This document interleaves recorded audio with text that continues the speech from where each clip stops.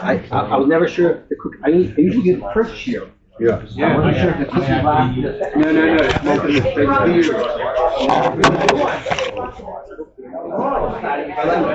That's why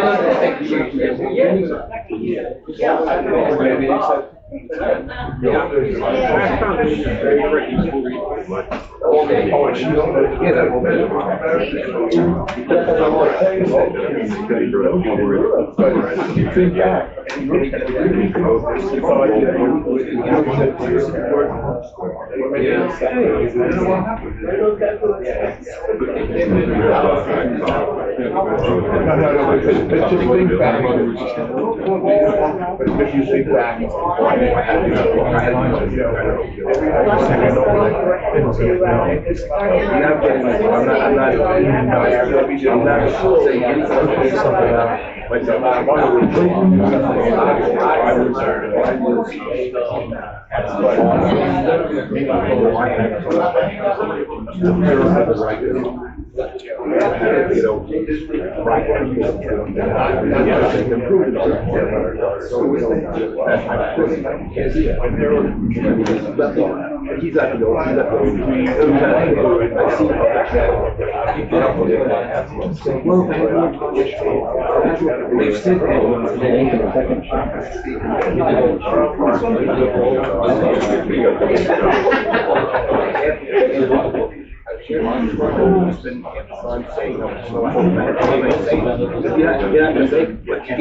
Oh, it is to get it. Well, that's really. Those guys are doing that. You went out and shot. We're not going to say it, but let's skip it now.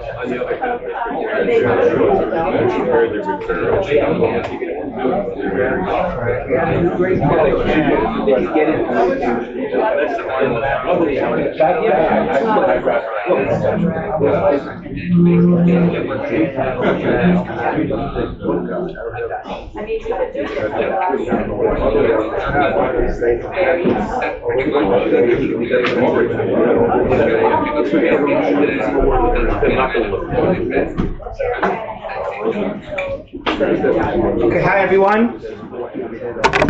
Can I start? Is it okay to start? Absolutely, yeah. Okay.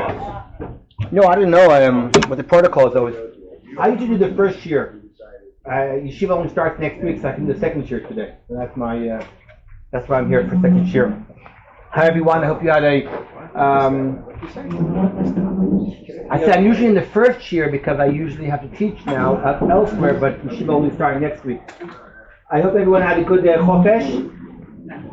I shouldn't really use the word chofesh when it comes to chagim. It's not much of a chofesh. Now is when you really have a chofesh. I work every day. I hope you had a good chagim, and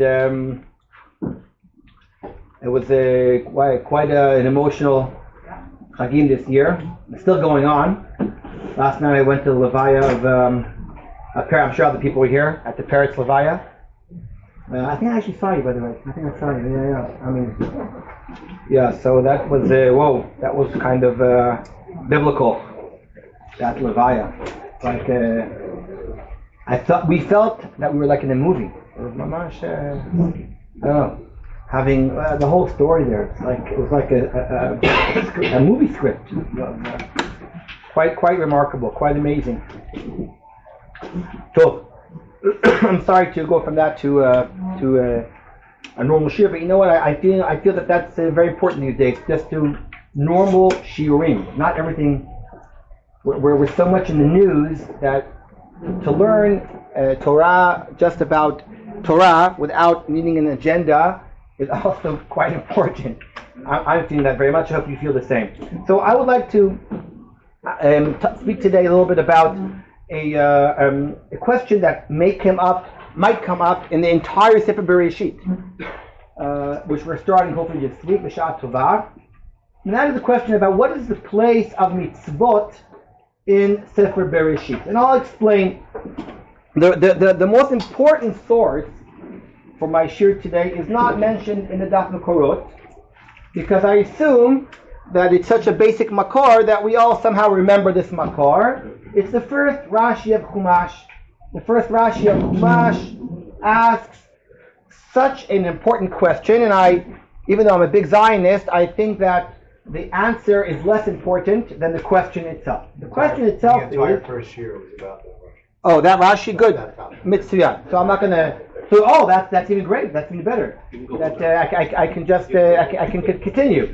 Right? But Rashi's question is, why does the Torah begin from Sefer Bereshit and not from Sefer Shmot, but specifically Shmot Yud Bet, specifically from the first mitzvah that we were given in the Torah, which is HaChodesh Hazeh Lachem, creating a calendar. Now, I'm happy you said that. I don't know what was said in the first year, but this Rashi assumes two assumptions. With that said, I don't know. Two assumptions. There are very, very important assumptions which we can argue with. Assumption number one is that the Torah is a book of law. And that is the main purpose of the Torah, but I would say it's more than just the main purpose. It is what the Rashi's question is based upon, the idea that the Torah is a book of law, and not stories, but a book of law, and therefore it's to start with the first law. So that's the first assumption that one can argue with, which is probably the answer of Rashi. And not Rashi said Eretz Yisrael, but it's really about saying that there are other important things besides the law. Law is not the only purpose of the Torah. But the second assumption is also quite important, which is that there are no mitzvot in Sefer Bereshit.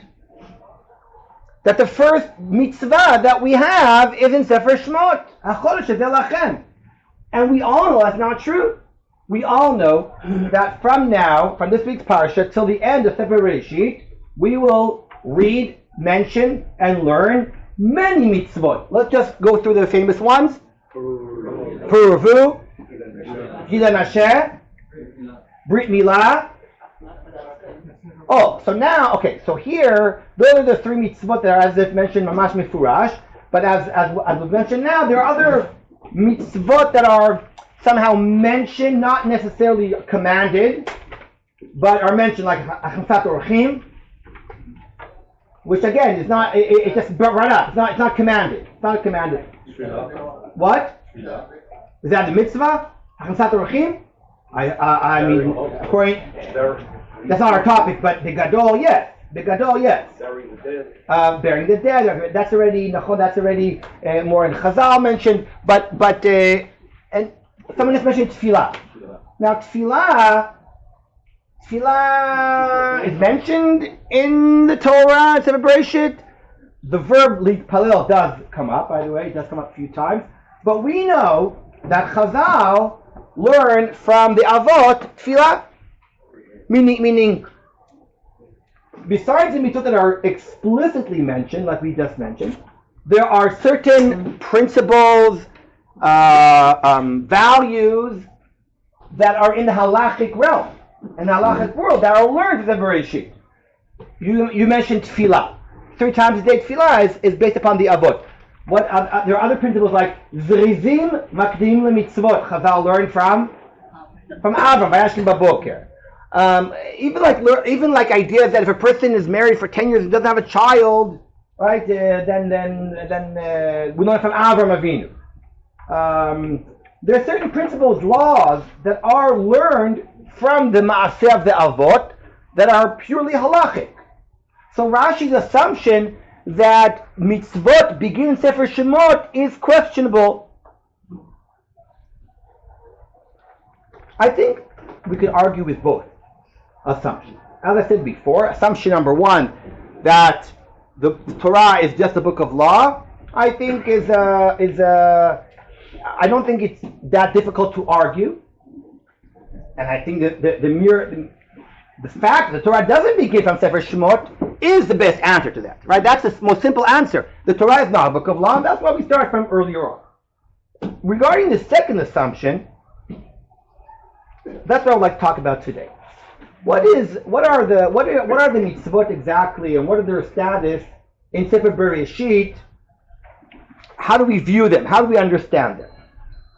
So one classic answer is the Rambam. It's actually the last source on your source sheet. If you please go there, please. The last source is a I think it's fair to say that this Rambam in Parshu Mishnayos, I think it's fair to say, is the most famous Rambam in Parshu Mishnayos. I really think it's fair to say that. If there's any famous Parshu Mishnayos, this is it. Because the Rambam says something here that is, by the way, he may have contradicted it later on in Sefer Melachim. He may have himself regretted as if saying this, because the Rambam was 20 years old when he wrote this, and many of his books that he wrote much later on in life contradict Sefer this book, the Parshu Mishnayos, which probably means that he chazar he disregarded it or thought otherwise. But here the Rambam lays down a very important principle that I want to discuss. V'sim libcha al ha'ikar hagadol hanichlal b'mishnah azot.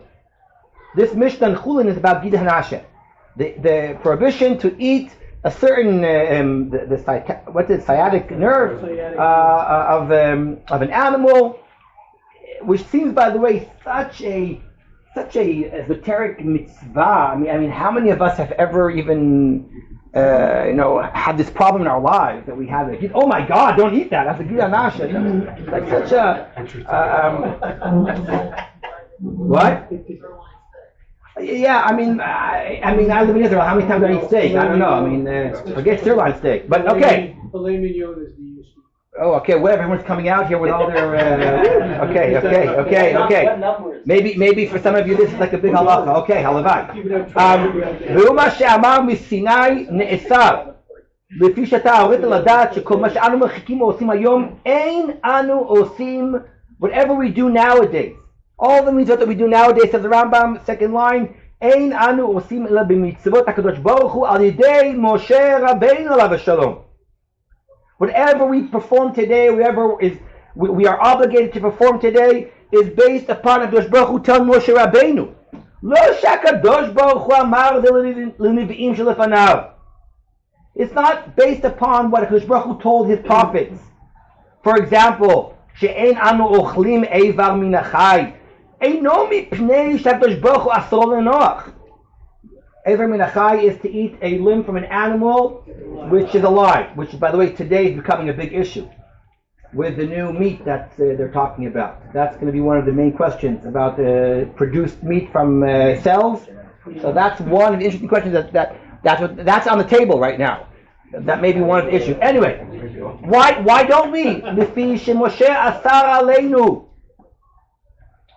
Eivar min achai, thank you. V'no shetzivah b'Sinai, shitkem isur eivar min achai. Or for example, ein anu malim mipnei she'Avraham Avinu alav shalom mal atzmo v'anshei bito. We don't perform Brit Milah nowadays because Avraham Avinu did a Brit Milah.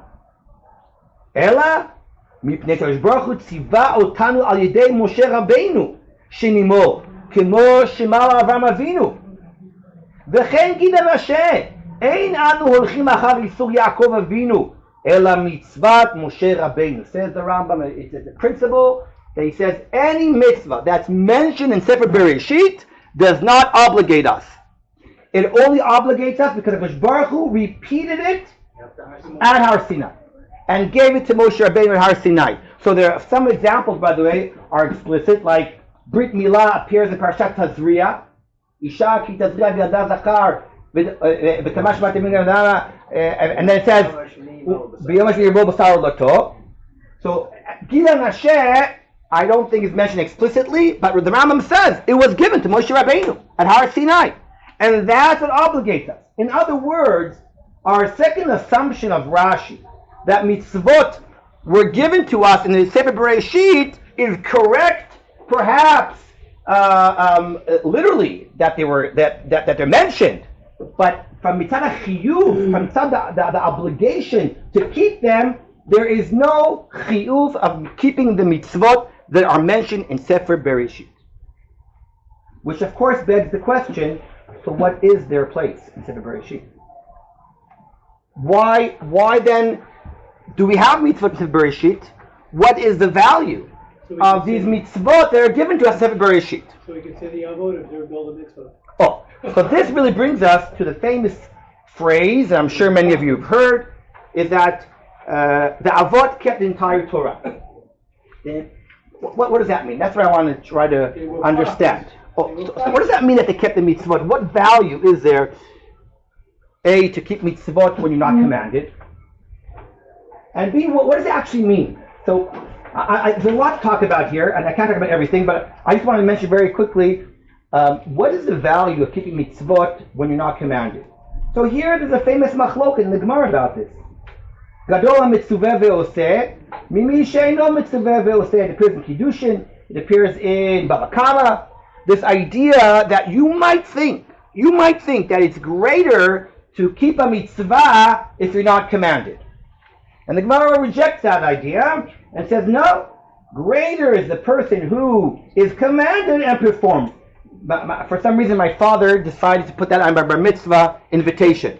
Gadol ha-mitzuveh ve'oseh mimi she'eino mitzuveh ve'oseh. Because I became bar mitzvah. So the idea of becoming a bar mitzvah is that now you're commanded to perform the mitzvot. So it's greater to be commanded and do mitzvot than being, let's say, 12 years old and doing the mitzvot. Because now you're gadol ha-mitzuveh ve'oseh. And there's a lot of literature about this and reasoning why that is true. Psychological reasoning and theological reasoning. Why is it greater to keep a mitzvah, to perform a mitzvah when you're obligated rather than not?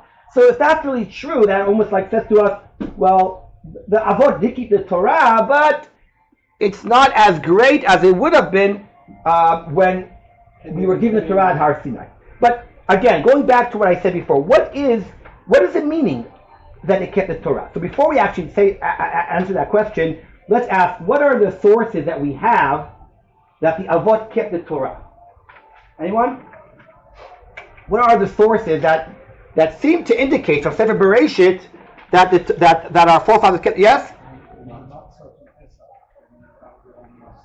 Okay, that's a very cute idea, but I find that very, very, very difficult because that they were eating matzah before Yetziat Mitzrayim, right? That seems to me like beyond. Like I can understand a person davening before God commands us to daven. I can even understand keeping Shabbat before Matan Torah, but saying Hallel Yom Ha'atzmaut, for example, right? Or lighting Hanukkah candles, reading Megillat Esther. Like, what does that mean exactly? So your example is an interesting one, and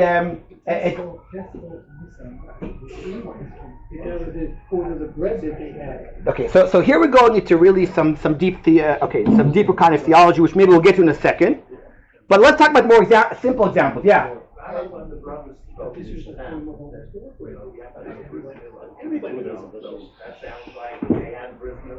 Okay, they had a Brit Milah, but that was after Avram was commanded already, don't forget. Right, Avram was already commanded to perform the Brit Milah. So we said specific mitzvot, we know that they kept, like Brit Milah, Gida Nasher, and Pru Revu, that we all were commanded. But I'm talking with Chazal. You can go to Chazal. It's fine. I'm opening the floor to Chazal, everyone. Okay? Not Shtosh and Mikra. Oh, so Abraham served milk before meat. We'll get to that in a second. And yeah. Oh, Yafeh Meod. That pasuk is a very important pasuk. That Baruch Hu says, "Ekev Hashashma Abraham mitzvotai chukotai v'torotai." Rashi points out that this means that Avram kept everything, even the Rabbanans. Rashi says. Chazal say he even kept the Rabbanans. Now what does that mean? I don't know. But he kept everything. There's a very famous Chazal that I'm sure you all know, because it's like from we all in kindergarten learned this one, that when Yaakov says, Im Lavan, Garti. We all know from kindergarten what does Garti mean? Garti is the same letters of Taryag. Taryag mitzvot kiyamti, say Chazal, which of course makes no sense because no one can keep Taryag mitzvot. Correct? We can barely keep a few. I don't know what the number is, but the idea of Chazal is that Yaakov says, "I kept Torah mitzvot even before when I was living by Esav, I was keeping the Torah." And there are other by love. Thank you. But there are other yes. Oh, wait, okay, so besides the sources, is there a simcha going on? I assume. Okay. I thought maybe someone, okay. What are your shares? Yeah, no, it's quite challenging here. I hope I'm bothering them. Okay. So besides the Chazals that quote that indicate that our forefathers did keep mitzvot, whether there are other midrashim here, I'll quote them in a second.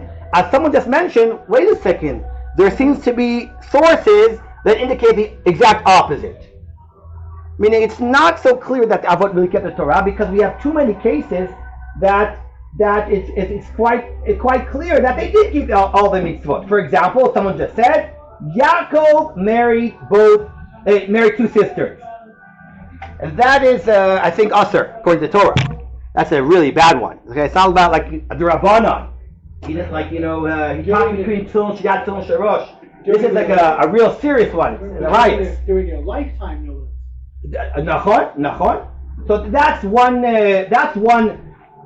source that seems to challenge this idea that they kept the Torah. What else? Anyone know other problems that we have? Yafeh me'od. It says that Yaakov built a matzeva. What's a matzeva? Multiple stones. No, a matzeva is one stone, while a mizbech has multiple stones. When there are two different types of an altar, mizbech. Mizbech avanim is what we're commanded to make a few rocks, and matzeva is one rock. Yaakov makes one rock, and he sacrifices the korban. And the Baruch Hu tells us, you're not allowed to make a matzeva. Why? Because the goy you make avodah zarah is at matzeva, we make a mizbeach from a few rocks. By the way, you understand that this all goes back, that midrash about Yaakov putting a few rocks under his head and they become one. The whole idea of rocks becoming one, or a few rocks, matzeva, mizbeach, and goes on to the rocks, the stones on Leva Aharon, which are as if one stone, 12 stones. Anyway, the stones that take a lot of place in Sefer Bereshit. And later on, I go to count stones, so it's a big thing for me. But anyway, going back a second, so matzeva is also a challenge because it's against the Torah. Later on, by the way, we also have in Sefer Shmot, before Matan Torah, Amram, Moshe's father, marries his aunt. Yocheved is Amram's aunt, which is also a no-no. It's against the Torah. Another example which is problematic of the Avot, I just thought about it a second ago, is, sorry? Oh wait, we'll get there in a second. Another no-no of the Avot, I just had in my mind a second ago. What was it? Okay, I'll get back to a second. Someone mentioned here about eating fleishiks and milchiks. Someone mentioned that? Yeah? So let's look at that source. If you look at your source number 1, it says that Avram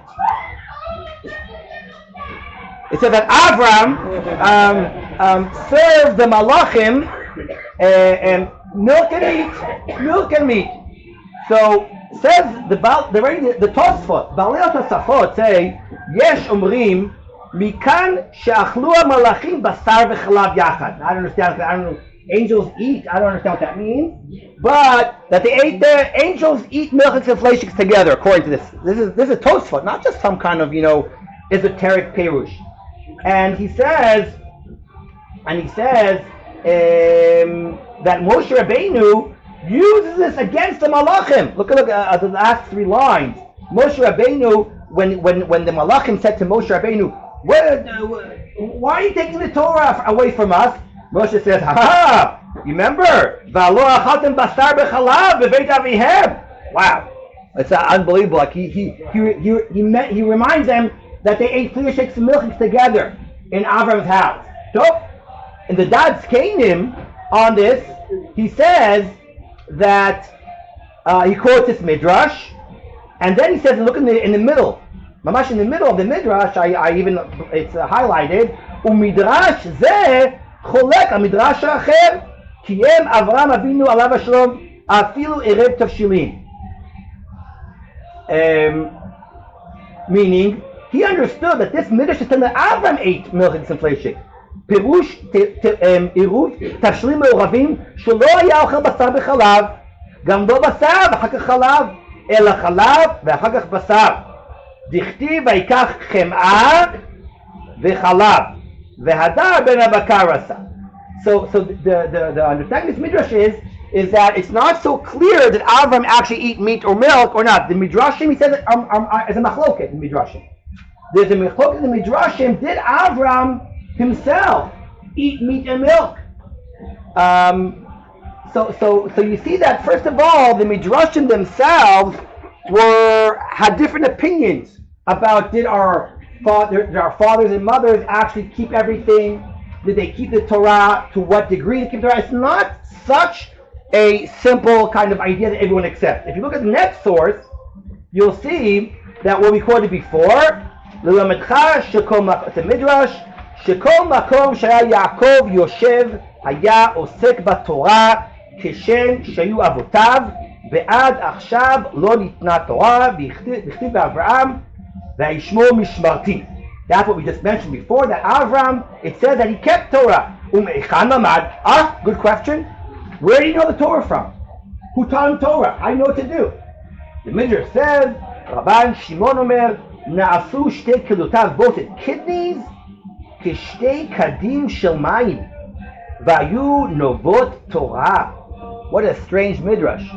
That no one taught him. He understood it himself.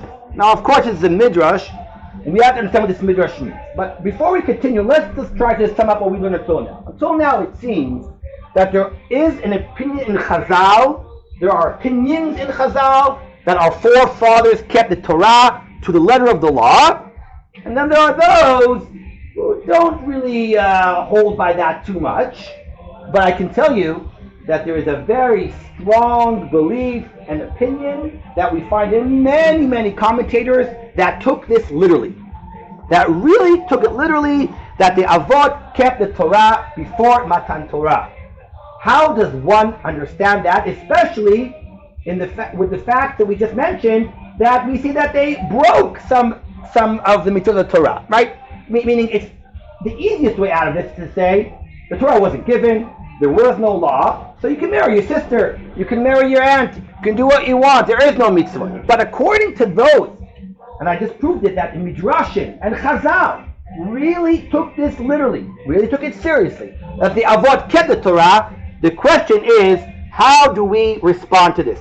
Now, I'll be honest, I was never really bothered by this question, personally. I don't think many of you are. But I'm not answering this question because I'm bothered by it. Rather, I'm answering it because I think that what we can gain from the answers is a lot of meaning to Sefer Bereshit. That's really where I'm coming from. I don't think it's a threatening question. Oh my God, how did Yaakov marry his two sisters? It's against the Torah. I don't think it's such a hard question. But I think what we can gain from the answers is quite important. One of the answers, and I'm sure you, yes? Yeah, that was mentioned in the Bereshit Rabbah, that he was learning Torah. What was he learning all day exactly? Like, what was he learning? Like, he was learning Shabbos Aryeh. What was he learning? So what was he learning? It's a good question. I mean, okay, so I don't know, right? I don't know what he was learning in yeshiva for all those years. What? Whatever they taught yeshiva. What was that, though? Right? What was that? Right? What was that? So maybe Shem Tzibin Noach. I don't know. I don't know. But that's part of the question. That's part of what does it mean to have mitzvot before? Correct. But so what does that mean, then? What does that mean?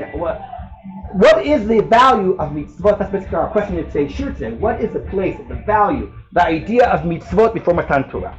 So one very famous answer is the Ramban's answer, which again I think it's not that the answer is so important for the question, but rather the idea of the Ramban. I'm sure you've all heard this answer before. This is part of the Ramban's famous attitude towards Eretz Yisrael. I think it's fair to say that in the Rishonim period, which was like 500 to 1,000 years period, I think it's fair to say that the Ramban is considered to be the greatest Zionist of that generation. You can challenge him with Rabbi Levi the Kuzari, who was also a passionate Zionist. I don't know if the Rambam would be considered in the same level of a passionate Zionist, at least from his writings. I don't know I never met him, so I don't know. But the Ramban in his writings was he loved Eretz Yisrael so much. and he wrote about it. And in his theology, his philosophy, Eretz Yisrael is very important. He argues with the Rambam, who doesn't bring it down as a mitzvah, and the Ramban not only does he mention it as a mitzvah aseh, he in great detail explains the what it means and how it applies in all generations, and he goes into great detail that it applies by living there, by building it, by fighting for it. Really goes on a very long explanation, both in the Chumash and Sefer Bamidbar, as well in Sefer HaMitzvot, to really articulate how the details of this mitzvah. And this idea that we're about to read now in the Ramban appears, to my knowledge, at least 3 places in the Ramban's writings. This idea that mitzvot are only noeg be'eretz Yisrael. The Ramban says that the reason why Yaakov can marry 2 sisters is very simple, because he married them in Chutz La'aretz. And therefore, when he comes back to Eretz Yisrael, Rachel dies, because mitzvot are only to be kept in Eretz Yisrael. My Abba, Alav Shalom, always used to use this when we were in Chutz La'aretz a few times together, not many, and we discussed some halacha. My father said, don't do Rabbanan here anyway, in Chutz La'aretz. You don't have to really keep it. But no one, to my knowledge, ever took this literally. No one, I don't know any posek who said mitzvot in Chutz La'aretz are d'Rabbanan, are just Hamina. Everyone that writes about this understands that it's a theological statement, that really the mitzvot were given to be kept in Eretz Yisrael. Why do we keep them in Chutz La'aretz? Just for practice. This is a midrash. It's not the Ramban. It's a midrash. It's a midrash already earlier, much earlier, and Rashi quotes this midrash. It's just practice, so you won't forget how to perform the mitzvot. By the way, one of the mitzvot that we still do in Chutz La'aretz, explicitly for that reason, you can't argue with this, is challah. The only mitzvah that we today perform in Chutz La'aretz, well, maybe chadash, but challah is really brought down to perform in Chutz La'aretz because, even though it's mitzvah to be ba'aretz, because we want to make sure people remember. Why not Torah Ma'asrot? Is a good question. Why not? Orla applies in Chutz La'aretz, as they say, chetzi klach, half. Only Vadai Orla is Chal in Chutz La'aretz, not Safek Orla. Right. In Eretz Yisrael, Safek Orla is Aser. In Chutz La'aretz, Safek Orla is Mutar Melchatchila, meaning if someone gives you a fruit in Chutz La'aretz, you don't have to ask if it's Orla. In Israel, you do. Safek Orla is Mutar Chutz La'aretz. Vadai Orla is Aser in Chutz La'aretz. That is true. But it seems that many of these mitzvot that we keep in Chutz La'aretz go back to this idea, to practice, to remember. This is what the Ramban says. But by the way, before we go into the Ramban itself, I want to say that this Ramban has a very good proof from the Tanakh itself. From the Tanakh itself, there's proof that in the times of the biblical times, mitzvot were only kept in Eretz Yisrael. Does anybody remember where in Tanakh we see this? It's a great proof. In Sefer Melachim, when Sancheriv comes and expels the 10 tribes, he brings here all these different tribes from Goyish tribes into Eretz Yisrael, and they're eaten by lions. Lions come and attack them. And they come to the Jews. It says, I'm not making this up, it's in the Tanakh, right? Sefer Melachim. And they say, what should we do? We do not know the law of the land. Teach us the law of the land. Now, what does the law of the land mean? Right? If you drive on the left side of the road, on the right side of the road, Tarte Mashma in England, right? They'll arrest you. I did it once. It didn't work for me so well.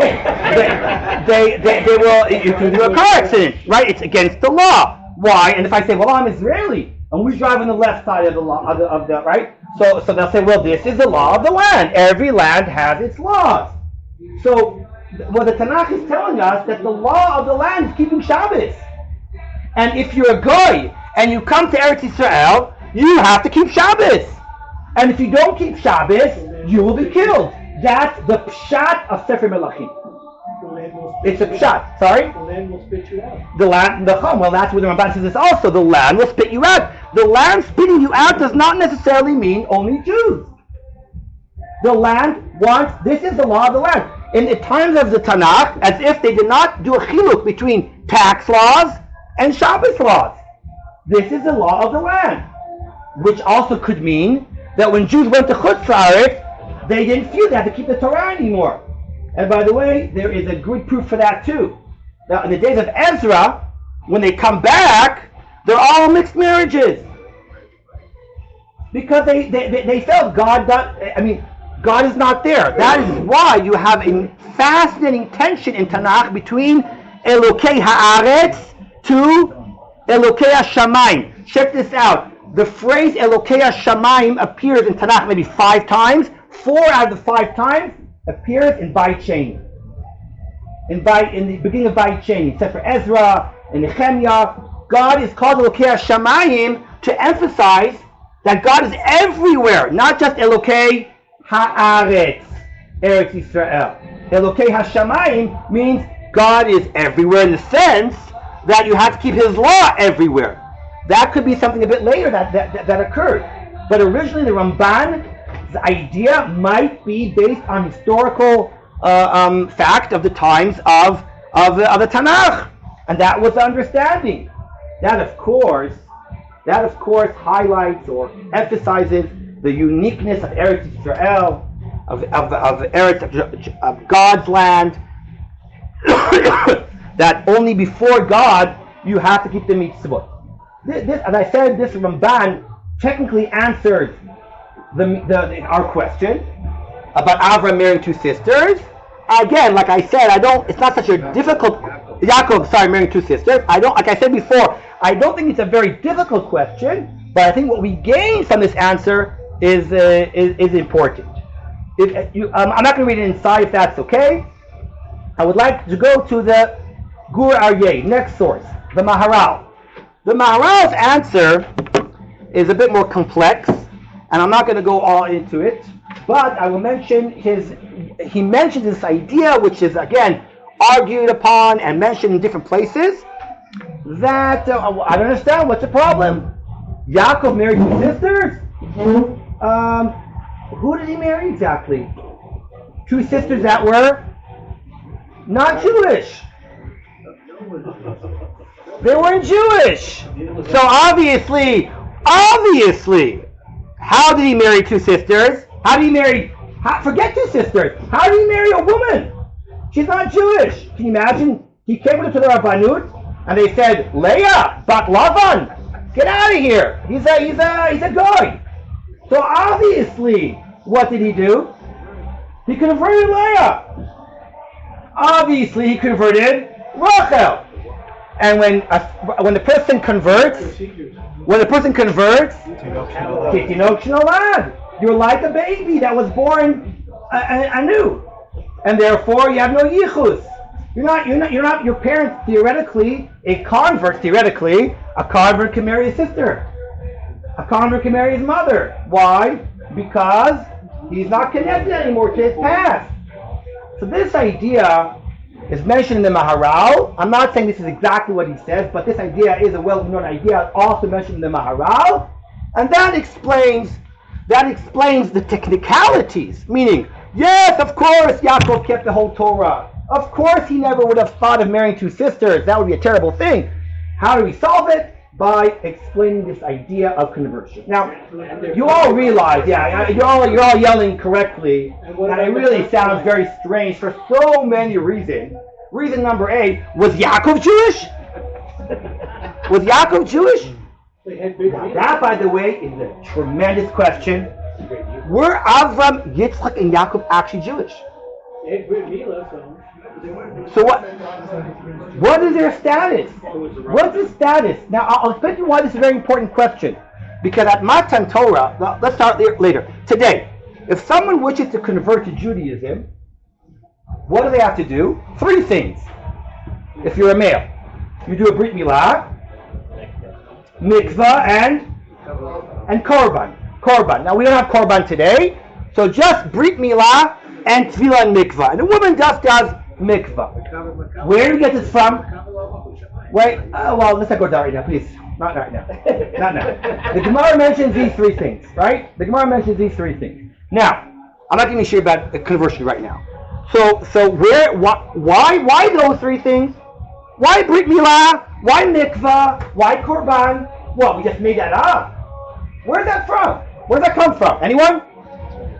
It comes from Matan Torah. The Gemara Masechet Kritut says explicitly that at Matan Torah, which answers your question, we received the Torah, but we went through a process of conversion. I think I spoke about this once before, HaShavua. That's why we read Megillat Ruth on Shavuot. Because every Jew converted at Matan Torah, and the Torah said that we brought a korban. And we learned, Chazal say we learned that they all went to mikvah. There was it said that the Ba'ayan, a spring came out of Har Sinai. And they all went to mikvah, it says. They all itaharu, they all went to mikvah, it says. And they all had a brit milah when they left Egypt. So we learn conversion today from Har Sinai. Wait a second, if that's true, then anyone before that who didn't convert wasn't Jewish. What was the status of the Jews of Egypt before Matan Torah? What was the status of Reuben, Shimon, Levi, Yehuda, Avraham, Yitzchak, and Yaakov? According to this very simple understanding, were they Jews? Now, it sounds very funny because we today live in a very, rigid rule of orthodoxy of what we understand, how you become. It's obviously things, without going into too much detail, I think we all understand that the way we view halacha today, we act halacha, was probably not the same at the time. But still, what does it really mean? Especially if you say they kept mitzvot. They kept mitzvot, they weren't Jewish. By the way, you want to now have another problem? A Jew is not allowed to keep a certain mitzvot. A Jew can't learn Torah. How did Yaakov learn Torah? He wasn't Jewish. How did Yaakov keep Shabbat? He wasn't Jewish. Meaning, we can go into a whole circle of questions right now here. So you should know, by the way, that the Gadol is considered to be a machloket in the Rishonim. The Ramban brings this down between him and the French rabbis, Chachmei Tzolfatim. He has an argument with them about this question. Where did the Ramban understood that Am Yisrael were always Jewish, and still they needed to convert, like not a real conversion, but a fake conversion. I'll give you the Maharal. I think this is brought down in the introduction of the Shev Shmaisa. The Shev Shmaisa, the introduction, I think, said this idea that, I remember my Abba explained this a few times. If you really think that the Avot were not Jewish, so let's ask a question. It says at Chet Egel, Vayar Ta'am Bocheh Lemishpechotav. What did Chazal say Bocheh Lemishpechotav mean? What were they crying about? Al Iskei Elias. They were upset about Elias. So according to us, they're no Elias. They're not Jewish. They're about to once they converted at Matan Torah. No. Again, once you convert, if you say that they converted, like the Maharal just explains, that they converted, that's why the two sisters are not related anymore. So all Am Yisrael not related anymore. So there's no Elias anymore? So what are they crying about? They just did conversion. So the Maharal, I think, is quoted by the Shev Shmaisa. He says, it is not conversion in the same sense of nowadays. Am Yisrael did not, when it converted, did not erase its past. We are still the sons of Avraham, Yitzchak, and Yaakov. Meaning, you can't say that the conversion of the Avot, of Am Yisrael, Matan Torah, as if erased everything that happened in the past, and now we're starting anew. We are still connected to our past, unlike modern conversion today, which we erase our past. So you see from this answer that it's a bit more complex. What happened at that conversion? So the Gadol, without going to all the machloket right now, it seems to be a machloket amongst the Rishonim. if we really understood that Am Yisrael went through a real conversion or not. This is a machloket. The Ramban brings this, by the way, it's on the pasuk when that guy comes out and curses, Vayikov Ben Hamitzri, the son of the Egyptian. So the Chazal say that his father was Egyptian. The Gemara Torah says his father was Egyptian, his mother was Jewish. Remember that? And Chazal say Milamed Shenid Gayer. His father was Egyptian, his mother was Jewish. Milamed Shenid Gayer. Why did he have to convert? According to Jewish law, his mother was Jewish. So why do you have to convert? So either you say that what? Yachinami, before Matan Torah, there was no law, and you went by the father. So by the father, he wasn't Jewish. That's why he had to convert now. Or the Ramban says, no. The Torah was kept even before the Torah was given. He was really Jewish. He just did like a what we call today an extra conversion, not a real conversion. But this machloket is considered to be a very, very important machloket to our question whether or not we really see the Jews, Am Yisrael, before Matan Torah as if Jews, or did the conversion process really change their status?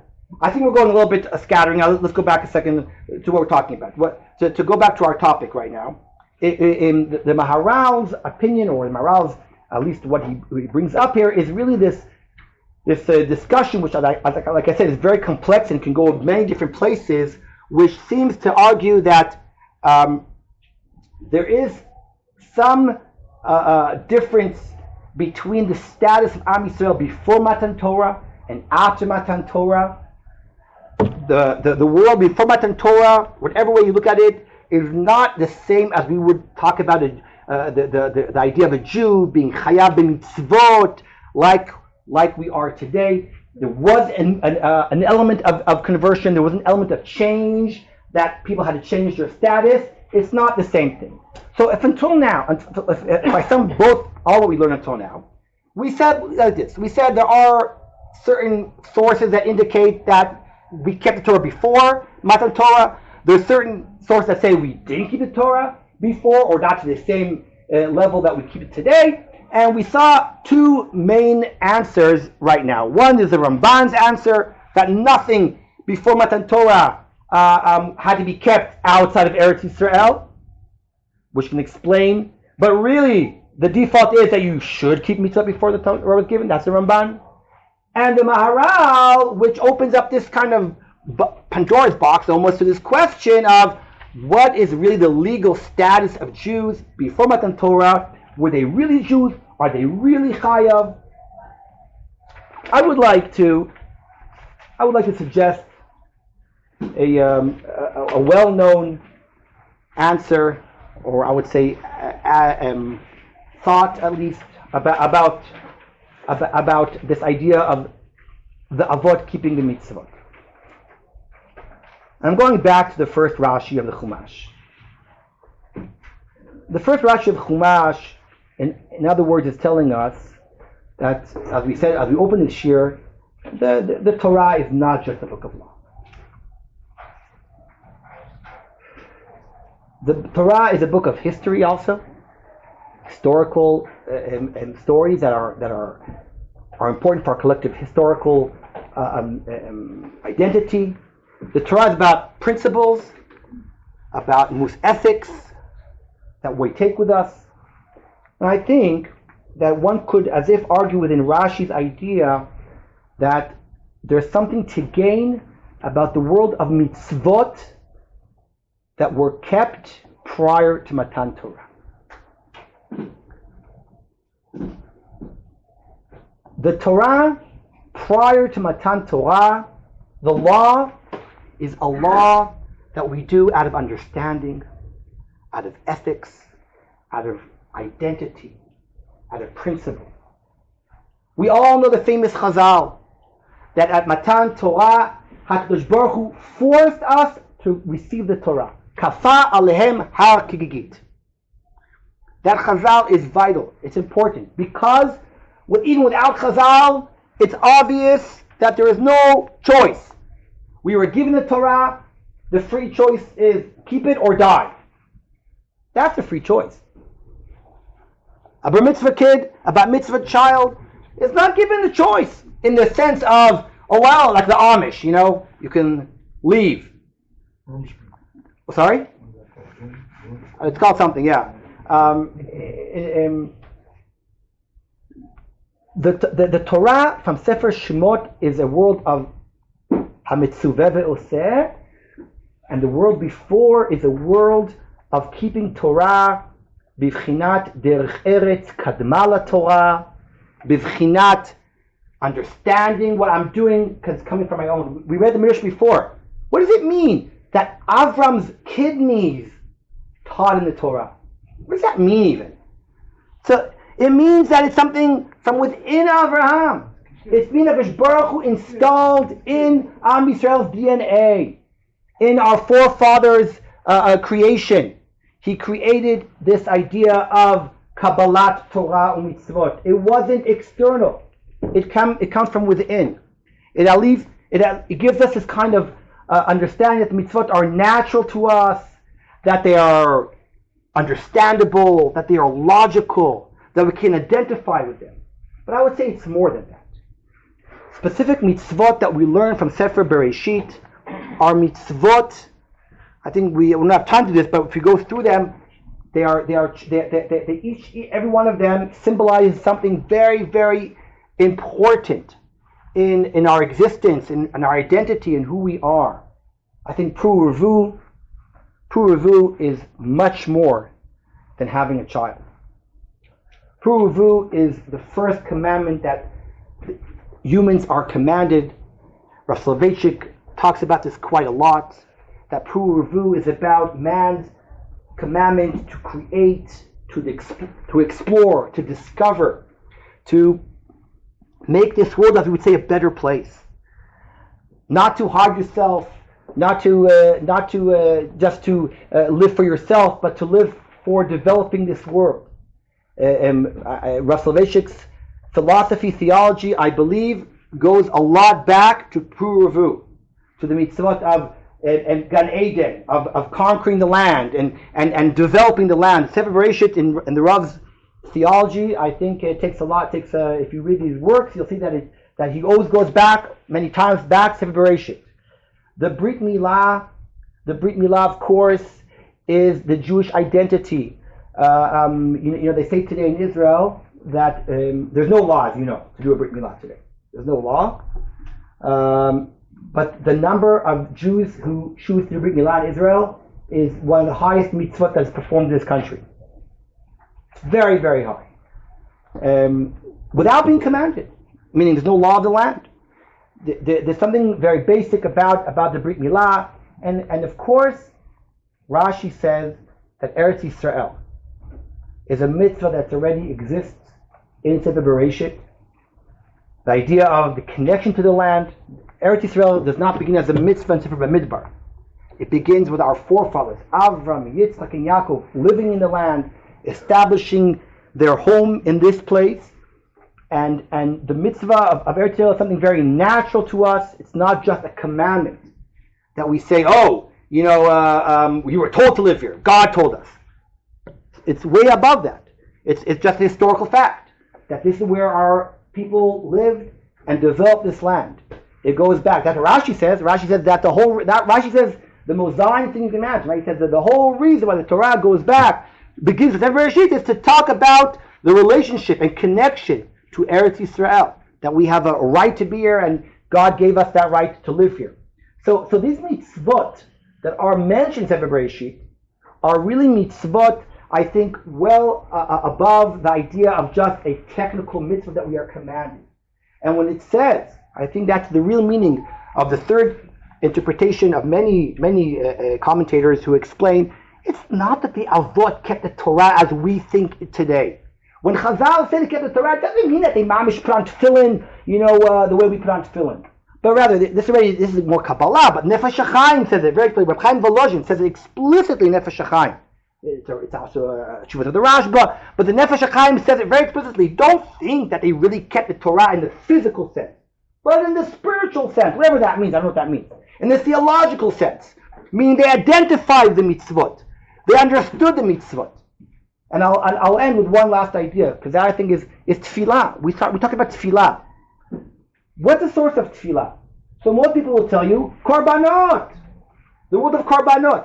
But Chazal actually tell us that it may be avot. What does that mean that it's avot? Are we chayav to daven because of the avot? No. The idea that the avot prayed before anyone was commanded shows that there's a certain connection to Torah and mitzvot that is natural to us. That's our instinct, that comes from our heart. We don't need anyone to command us. We don't need anyone to tell us that we have to do certain things. We understand that they're on our nature. They're who we are. The Torah doesn't as if begin only as a book of law in Sefer Shemot. The idea of the Torah begins in creation of the world as something natural, as something that man can understand and can relate to. I think that really seems to me the more important answer that we can relate to today when we talk about the avot kept the Torah, or bichlal, but the idea of having mitzvot before Matan Torah. So just to sum up what we spoke about today. We spoke about today about certain contradiction. We said that on one hand Chazal seem to say that the avot kept the Torah, while we see that in the Torah itself it's not so clear, not so simple, certain contradictions to that principle. And we answered the Gadol 3 answers. One, we said the Ramban's really revolutionary idea that mitzvot only apply in Eretz Yisrael. We said, according to the Ramban, it would seem that really mitzvot were kept completely before Matan Torah in Eretz Yisrael, but outside they weren't. We said the Maharal's idea really brings up a whole different discussion about what was the exact legal status of the avot before Matan Torah. Were they really chayav? Were they not chayav? Are they really Jews, not Jews? That really takes it a different place. And lastly, we tried to explain that perhaps what the real meaning of this might mean is that the value of mitzvot in Sefer Bereshit is to show us that there is a place in the mitzvot that are natural to us, that speak to us, that we don't need as if a commandment necessarily only to keep them, but they really are something much greater than just as if a mitzvah in the sense of a legal law. Of course, the obligation starts from Har Sinai. That's for sure true. But the connection to Torah, the idea of the Torah comes from our forefathers. That it goes back to the story of the Am Yisrael begins before that. That's really the idea of mitzvot being kept in Sefer Bereshit. Toda rabba lachem, להתראות.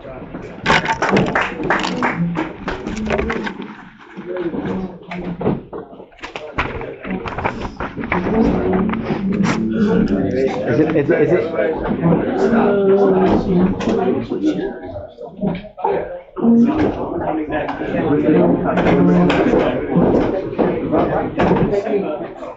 I go to Judah.